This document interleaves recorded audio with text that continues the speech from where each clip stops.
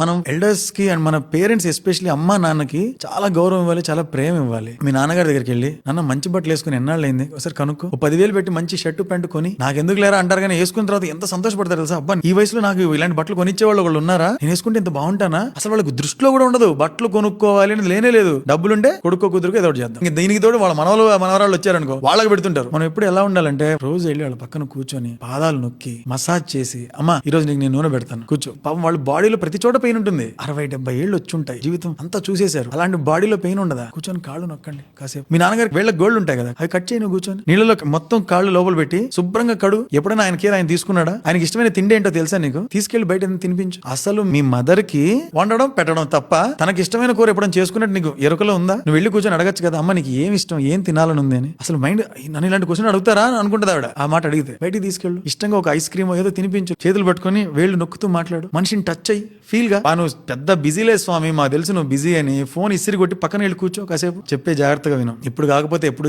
దొరకదు. భాగ్యం అది పేరెంట్స్ దగ్గర కూర్చొని వాళ్ళకి సేవ చేయడం అనేది. అందరం పరిగెడుతున్నాం ఏదో పీకుతాం అని. ఆగు, వెనక్రా, కొంచెం వాళ్ళతో మాట్లాడు, వాళ్ళకి ఏం కావాలో తెలుసుకో. It is high time that we give it back to them. ఓసారి మా మదర్ నాకు ఏదో రకరకాల వంటలను వండింది, ఎప్పుడు లేనిది. ఏంటమ్మా ఇన్ని వండేవి ఏంటమ్మా అంటే, ఈ రోజు మదర్స్ డే అంట కదరా అనింది. అంటే మదర్స్ డే అంటే నేను నీకు ఏదైనా ఇవ్వాలమ్మా అంటే, అవునా నాకెందుకు ఇలా అర్థమైంది అని. అది మరి ఎప్పుడెప్పుడు ఇవ్వాలా అనేటట్టే ఉంటారు వాళ్ళు. దాన్ని ఆపి మేమిస్తాం తీసుకోండి అని చెప్పాలి. మనం అర్జెంట్ గా మొదలెట్టాలి. మన సేవింగ్స్ కావచ్చు, మన థాట్స్ కావచ్చు, మన గోల్స్ కావచ్చు, అందులో పేరెంట్స్ ఇంక్లూడ్ చేయాలి. చేసి వాళ్ళకి మాక్సిమం మనం ఏం చేయగలం ఆలోచించి ప్రేమగా పక్క నుండి చెయ్యాలి. That is mandatory.